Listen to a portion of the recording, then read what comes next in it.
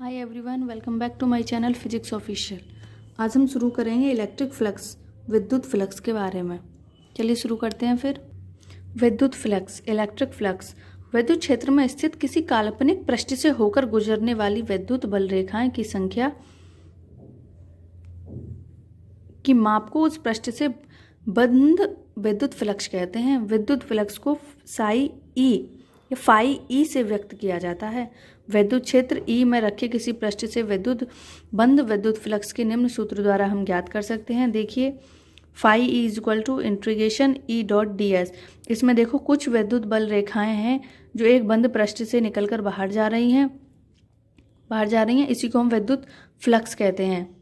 ठीक है, जो भी उन संख्याओं की माप है, जो विद्युत बल की रेखाएं जो निकल रही हैं, जो भी उनकी माप है, उसको हम विद्युत फ्लक्स कहते हैं, इलेक्ट्रिक फ्लक्स कहते हैं, जिसका फॉर्मूला होता है phi E is equal to integration of E vector dot D S vector, जहाँ डी एस वेक्टर का परिणाम पृष्ठ के एक छोटे अवयव का क्षेत्रफल व दिशा पृष्ठ पर बाहर की ओर खींचे गए अभिलंब के अनुदिश है। ये देखिए, आप पिक्चर देखिए जिसमें डी एस जो है वो अभिलंब के अनुदिश है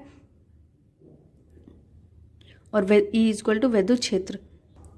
यहाँ पर इंटीग्रेशन ऑफ एस पृष्ठ समाकलन को व्यक्त करता है। जो इंटीग्रेशन का साइन लगा हुआ है वो पृष्ठ समाकलन को व्यक्त करता है। यदि विद्युत बल रेखाएं पृष्ठ से बाहर निकल रही हैं तब विद्युत फ्लक्स धनात्मक होगा। यदि बाहर निकल रही हैं तो धनात्मक होगा, अगर अंदर प्रवेश कर रही हैं तो वह विद्युत फ्लक्स ऋणात्मक होगा।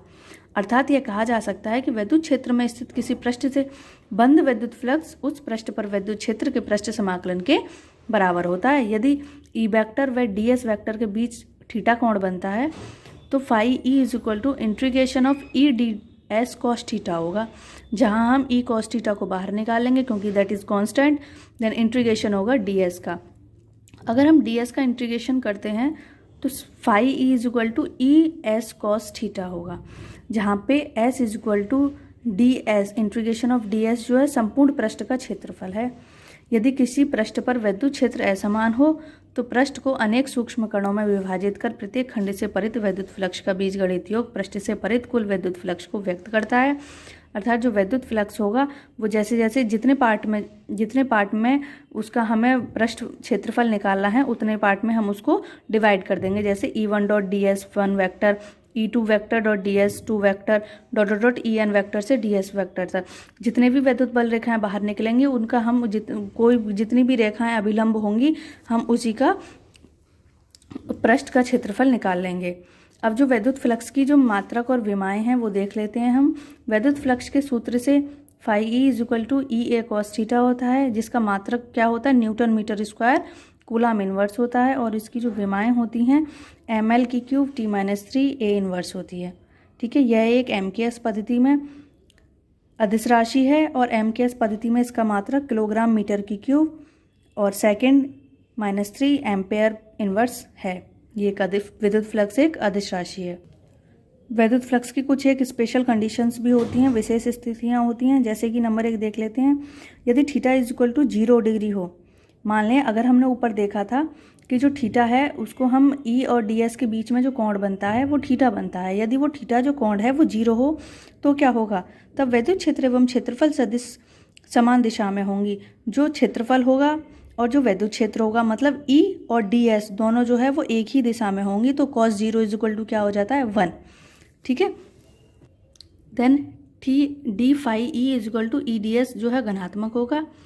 और देखिए दोनों जो हैं ई और डी एस जो है दोनों एक ही दिशा में चलेंगी। ठीक है, दोनों एक ही दिशा में जाएंगी, समान दिशा में होंगी। ठीक है, अब दूसरी कंडीशन होती है जहाँ पे धनात्मक विद्युत फ्लक्स, ये धनात्मक विद्युत फ्लक्स कहलाता है। दूसरा, यदि थीटा जो है वो 90 डिग्री का हो तब क्या होगा, विद्युत क्षेत्र एवं क्षेत्रफल सदिश परस्पर लंबवत होंगे। अगर उसमें हम 90 डिग्री का कोण बना दें तो जो विद्युत क्षेत्रफल है और विद्युत क्षेत्र है वो एक दूसरे के लंबवत होंगे, क्योंकि cos 90 की वैल्यू होती है 0। Then D phi E is equal to क्या होगा 0। विद्युत क्षेत्र की दिशा में रखे पृष्ठ के बंद विद्युत फ्लक्स 0 होगा। यदि थीटा की वैल्यू हम 180 रखें, थीटा 180 का कोण बनाए, तब cos 180 जो है -1 होगा। तो विद्युत क्षेत्र और क्षेत्रफल जो है सदिश विपरीत होंगे एक दूसरे के, तब D phi E is equal to minus E D S ऋणात्मक होगा। ठीक है, पृष्ठ में प्रवेश करने वाली फ्लक्स ऋणात्मक होगी।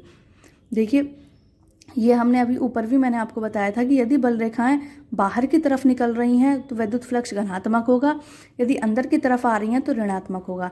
जब वो अंदर की तरफ आ रही हैं तो वहाँ थीटा का कोण 180 डिग्री होगा, यदि बाहर की तरफ जा रही हैं तो थीटा की वैल्यू 0 होगी। उनमें जो कोण बनेगा वो 0 डिग्री का कोण बनेगा। यदि बाहर की तरफ निकल रही हैं तो उसमें 180 डिग्री का कोण बनेगा, ठीक है, जो एक दूसरे के विपरीत होंगे। अब हम देखते हैं विद्युत फ्लक्स की किस किस पर निर्भरता होती है। डिपेंडेंसी ऑफ इलेक्ट्रिक फ्लक्स, किसी पृष्ठ से गुजरने वाली कुल विद्युत फ्लक्स पृष्ठ द्वारा घेरे गए कुल आवेश से तथा माध्यम पर निर्भर करती है। और सेकंड देखते हैं किसी पृष्ठ से गुजरने वाला कुल विद्युत फ्लक्स पृष्ठ की आवृत्ति एवं आकार तथा पृष्ठ के अंदर आवेशों के वितरण पर निर्भर नहीं करता है। अब ये इसकी डिपेंडेंसी होगी। इलेक्ट्रिक फ्लक्स की डिपेंडेंसी वो किस किस चीज़ पर निर्भर करता है। जल्दी मैं अगली वीडियो लेकर आऊँगी जिसमें हम गॉस लॉ के बारे में डिस्कस करेंगे एंड कूलॉम्स लॉ से हम गॉस लॉ को कैसे निकाल सकते हैं वह भी डिस्कस करेंगे। इसलिए मेरे चैनल को लाइक करो, शेयर करो एंड सब्सक्राइब करो। Thank you.